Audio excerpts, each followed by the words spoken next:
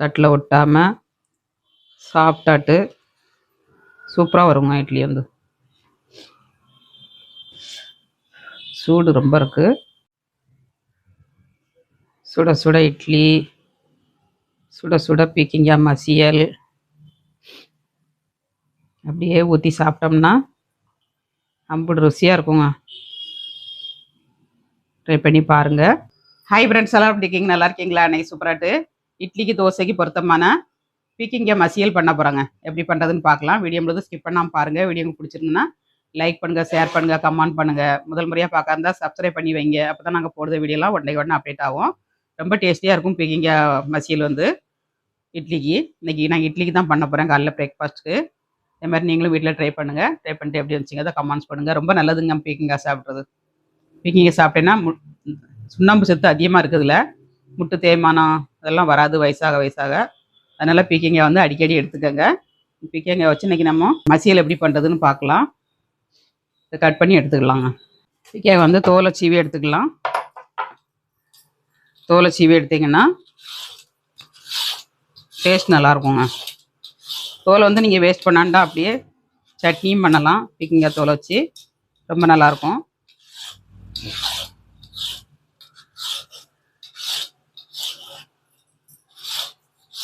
இந்த மாதிரி உருளைக்கிழங்கு துருவுறதை வச்சு ஈஸியாக துருவி எடுத்துடலாங்க. நல்லா எங்கள் தோட்டத்தில் நாங்கள் போட்டிருப்போம். பீக்கிங்காய் வந்து அப்படியே பெஞ்சியாக பறித்து சாப்பிடுவோங்க. நல்லாயிருக்கும் டேஸ்ட் வந்து.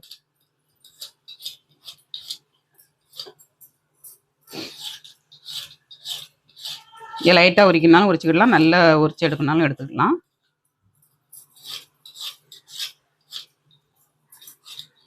இதை வந்து கட் பண்ணி எடுத்துக்கலாங்க. இதை வந்து சட்னி பண்ணணுன்னா பண்ணிடலாங்க, நல்லாயிருக்கும். இதை கட் பண்ணி எடுத்துக்கலாம். சின்ன பீஸாக கட் பண்ணிக்கோங்க, அப்போ சீக்கிரமாக வேகும். சுண்ணாம்பு சத்து அதிகமாக இருக்குங்க அதில். பீக்கிங்காய் எல்லாம் சாப்பிட்றது ரொம்ப நல்லது. இப்போ யாரை எடுத்தாலும் ஒரே நான்வெஜ்ஜு தான், காயே அதிகமாக எடுக்கிறது கிடையாது. நான்வெஜ்ஜோட சத்து வந்து காய்கறிலேயே கிடைக்குங்க.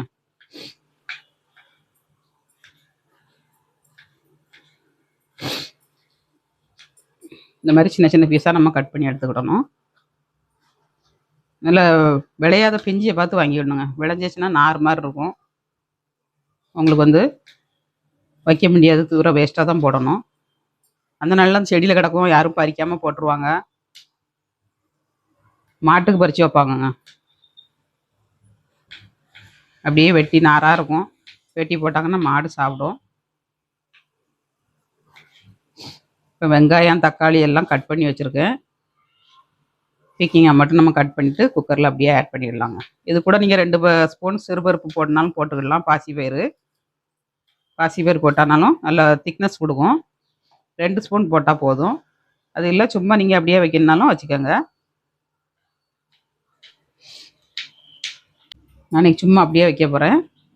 கட் பண்ணியாச்சுங்க. இது அவ்வளோத்தையும் கழுவி எடுத்துக்கிடணும். நம்ம ஃபஸ்ட்டு ஒரு பவுலில் ஆட் பண்ணிவிட்டு நம்ம கழுவி எடுத்துக்கலாம்.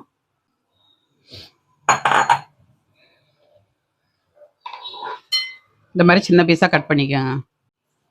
இப்போ கழுவி எடுத்தாச்சுங்க. இப்போ இதை குக்கரில் போட்டு நல்லா வதக்கி அவிச்சு எடுத்துக்கலாம். நல்லா வதக்கி வச்சிங்கன்னா அந்த பச்சை வாடை இருக்காது, டேஸ்ட் ரொம்ப நல்லாயிருக்கும் இட்லிக்கு வந்து. குக்கரில் வந்து நம்ம தாளசம் பண்ணிக்கலாம். அடுப்பை ஆன் பண்ணிவிட்டு ஒரு குக்கர் அடுப்பில் வச்சுக்கோங்க. தோசைக்கு மாவு ராத்திரியே அரைச்சி வச்சுட்டோங்க. இட்லிக்கு குக்கர் நல்லா ஹீட் ஆகிடுச்சு. எண்ணெய் ஆட் பண்ணிக்கலாம். 2 ஸ்பூன் எண்ணெய் ஆட் பண்ணிக்கோங்க. நம்ம கடுகு ஆட் பண்ணிடலாம். கடுகு 1/2 டீஸ்பூன், 1/2 டீஸ்பூன் கடலைப்பருப்புங்க, 1/2 டீஸ்பூன் உளுந்தம்பருப்பு. தாளசத்தில் இதெல்லாம் போடுங்க, ரொம்ப நல்லாயிருக்கும். இப்போ எல்லாம் நல்லா பொரிஞ்சதும் கொஞ்சமாக ஜீரகம் ஆட் பண்ணிக்கலாங்க. 1/2 ஸ்பூன் ஜீரகம் ஆட் பண்ணிக்கோங்க.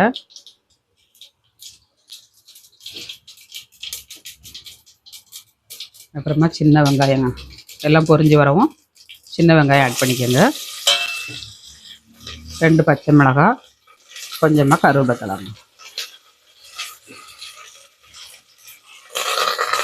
எல்லாம் போட்டு நல்லா ஃப்ரை பண்ணிடலாம்.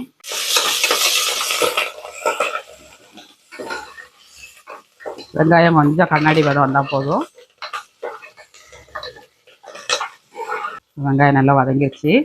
தக்காளிங்க, பெரிய தக்காளியாக 2 தக்காளி போட்டிருக்கேன்.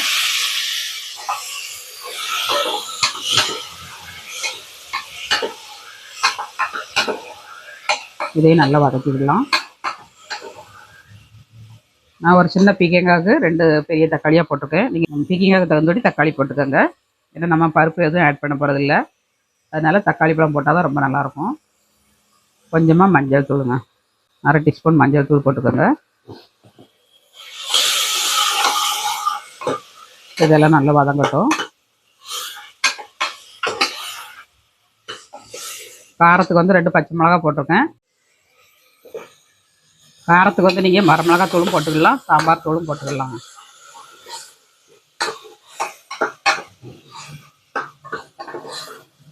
ஒரு 2 ஸ்பூன் சாம்பார் தூள் போட போகிறேன். சாம்பார் தூள் போட்டிங்கன்னா இட்லிக்கு வந்து ரொம்ப நல்லாயிருக்குங்க. இட்லி, தோசைக்கு, சாதத்தோடு வச்சு சாப்பிடலாம், ரொம்ப நல்லாயிருக்கும். இப்போ சாம்பார் தூளோட பச்சை வடை போயிடுச்சு. நம்ம பீக்கங்காய் ஆட் பண்ணிடலாம். இது வந்து 4-5 பேர் சாப்பிட்லாங்க. இந்த பீக்கங்காய் வந்து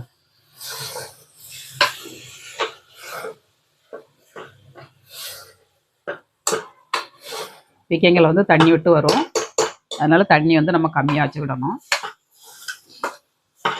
கொஞ்சம் வதக்கிட்டு நம்ம தண்ணி ஆட் பண்ணிடலாம். கொஞ்சமாக பெருங்காயத்தூள் போட்டுக்கோங்க, நல்ல வாசனையாக இருக்கும். அப்புறமா கொஞ்சமாக மல்லித்தழைங்க நம்ம லாஸ்ட்டில் கொஞ்சம் போட்டுக்கிடலாம். ஃபஸ்ட்டு அவியும் போது கொஞ்சம் போட்டிங்கன்னா நல்லா வாசனையாக இருக்குங்க.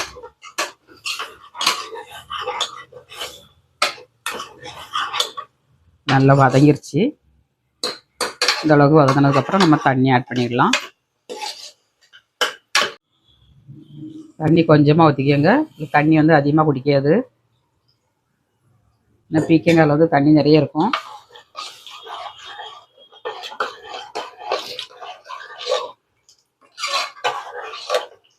உப்பு ஆட் பண்ணிடலாம்.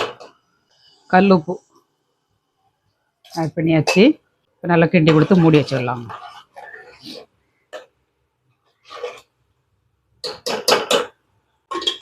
பார்க்கையிலே எவ்வளோ எம்மியாக இருக்குது பாருங்கள். அப்படியே சாப்பிடணும் போல் இருக்குங்க. இப்போ மூடி வச்சுக்கலாம். நல்லா கொதிக்க ஆரம்பிச்சிருச்சு. இட்லியில் ஊற்றி சாப்பிட்றதுக்கு கரெக்டான பக்குவத்துக்கு வச்சுருக்கோம். மூடி வச்சுக்கலாம். இட்லிக்கு, தோசைக்கு, சாதத்துக்கு ரொம்ப நல்லாயிருக்கும். சப்பாத்தியோட வச்சு சாப்பிட்றதுக்கு. 4 விசில் விடட்டும். அடுப்பு ஆஃப் பண்ணிடலாம். பீக்கங்காய் வந்து இன்னொரு அடுப்பில் மாற்றிட்டு நம்ம இட்லிக்கு குக்கரில் வச்சுக்கிடலாம். 2 ஒன்று போல் வெந்துருங்க. இட்லி குக்கரில் தண்ணி வச்சாச்சு, கொதிக்கட்டும். நம்ம இன்னொரு அடுப்பில் பீக்கங்காயை வேக வச்சுக்கலாங்க. இட்லி குக்கரில் கொஞ்சம் எண்ணெய் தடவிடலாம்.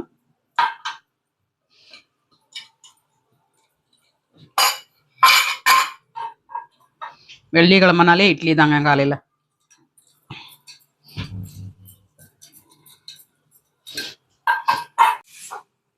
பீக்கங்காய் மசில் விசில் விட ஆரம்பிச்சிருச்சு. மாவு வந்து இட்லி தட்டில் ஆட் பண்ணிடலாம். வெள்ளிக்கிழமைனாலே இட்லியாக தான் இருக்குங்க எங்கள் வீட்டில். அப்படியே பண்ணி சாப்பிட்டு பழகிட்டோம். வேலைக்கிழமை தூரம் மாவு அரைப்பேன். வெள்ளிக்கிழமைக்கு காலையில் இட்லி வைப்பேன். ஆனால் வெள்ளிக்கிழமை தூரம் நாங்கள் காலையில் சாப்பிட மாட்டோம். பிள்ளைகளுக்கு வைப்பேன். நைட்டுக்கு சாப்பிட்டு விடுவோங்க. மத்தியானத்துக்கு வந்து பச்சரிசி சோறு தான் பண்ணுவேன். இப்போ மாத்திரை மருந்துலாம் சாப்பிட்றதுனால விரதத்தெல்லாம் விட்டாச்சு. ஆனால் குளிச்சுட்டு காலையில் சமையல் பண்ணி எடுத்து சாப்பிட்டுக்கிடுவோம். பழைய மாதிரி விரதம் கிடையாது. இப்போ வந்து நார்மலான விரதம், குளிச்சுட்டு சாப்பிடுவோம், அவ்வளோதான். ஆனால் பழைய எதுவும் சாப்பிட மாட்டோம். ஃப்ரெஷ்ஷாக பண்ணி சாப்பிடுவோம். வயசாக ஆக மாத்திரை மருந்தெல்லாம் எடுக்கிறனால விரதம் இருக்க முடிய மாட்டேங்குது. 20 வருஷத்துக்கு மேலே விரதம் இருந்தோங்க நாங்கள் குல தெய்வத்துக்கு. இப்போ விட்டுட்டோம் எல்லாமே. இப்போ இட்லி குக்கர்லேருந்து தண்ணி நல்லா சூடாயிடுச்சு. நம்ம வச்சுக்கிடலாம். தண்ணி நல்லா சூடான முறை வச்சா தான் இட்லி வந்து நல்லா சூப்பராக வருங்க. அதனால் நல்லா சூடாகவும் வச்சுக்கோங்க. ஒரு 10 நிமிஷம் வேகட்டும். பீக்கங்காய் மசிலும் 4 விசில் விட்டுருச்சுங்க. அடுப்பை ஆஃப் பண்ணிடலாம். பீக்கிங்காய் மசியல் வந்து நல்லா ஏற அடங்கிருச்சு. நம்ம ஓப்பன் பண்ணிக்கலாம்.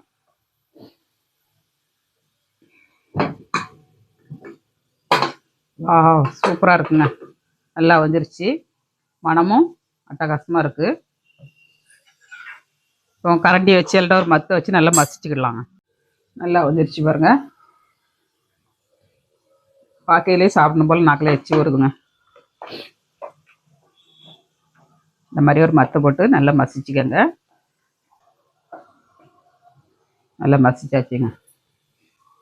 லாஸ்ட்டில் கொஞ்சோண்டு நம்ம மல்லித்தலை தூவிட்டு சாப்பிட்டோம்னா அவ்வளோ ஒரு டேஸ்ட்டாக இருக்கும். வேற ஒரு சின்ன பாத்திரத்தில் மாற்றிக்கலாம்.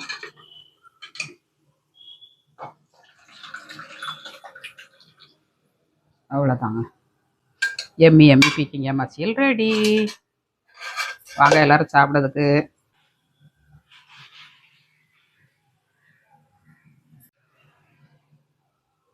இட்லியோட வச்சு சாப்பிட்றதுக்கு சூப்பராட்டு ரெடி பண்ணியாச்சு. இப்போ இட்லியோட சேவ் பண்ணி சாப்பிட்டுடலாம். இட்லி ரெடி ஆயிடுச்சுங்க.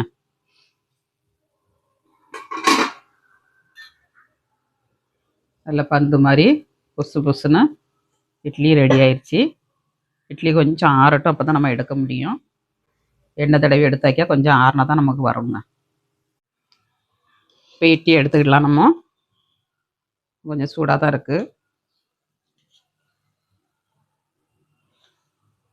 பஞ்சு போல் இட்லி இறக்கிறது அப்படின்னு வீடியோ போட்டிருக்கேன். தட்டில் ஒட்டாமல் சாப்பிட்டாட்டு சூப்பராக வருங்க இட்லி. வந்து சூடு ரொம்ப இருக்குது.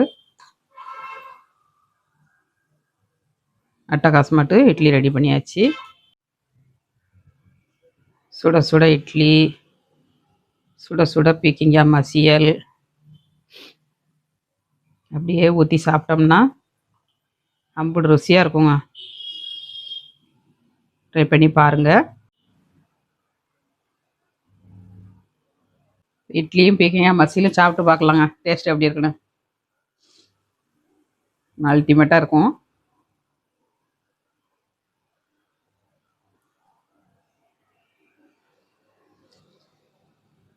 சாம்பார் தோற்று போங்க, அந்த அளவுக்கு டேஸ்ட்டாக இருக்குது. ட்ரை பண்ணி பாருங்கள். ட்ரை பண்ணி பார்த்து எப்படி வந்துச்சுங்க தான் கமெண்ட்ஸ் பண்ணுங்கள், லைக் பண்ணுங்கள். யாருமே ஃபாலோ பண்ண மாட்டேங்கிங்க வீடியோவை. என்னோடய சப்ஸ்கிரைபர் அனைவருக்கும் ரொம்ப நன்றிங்க. வந்தாலும் தொடர்ந்து ஆதரவு கொடுத்த நினைத்து உள்ளவங்களுக்கும் ரொம்ப நன்றி. தொடர்ந்து இதே மாதிரி ஃபாலோ பண்ணுங்கள்.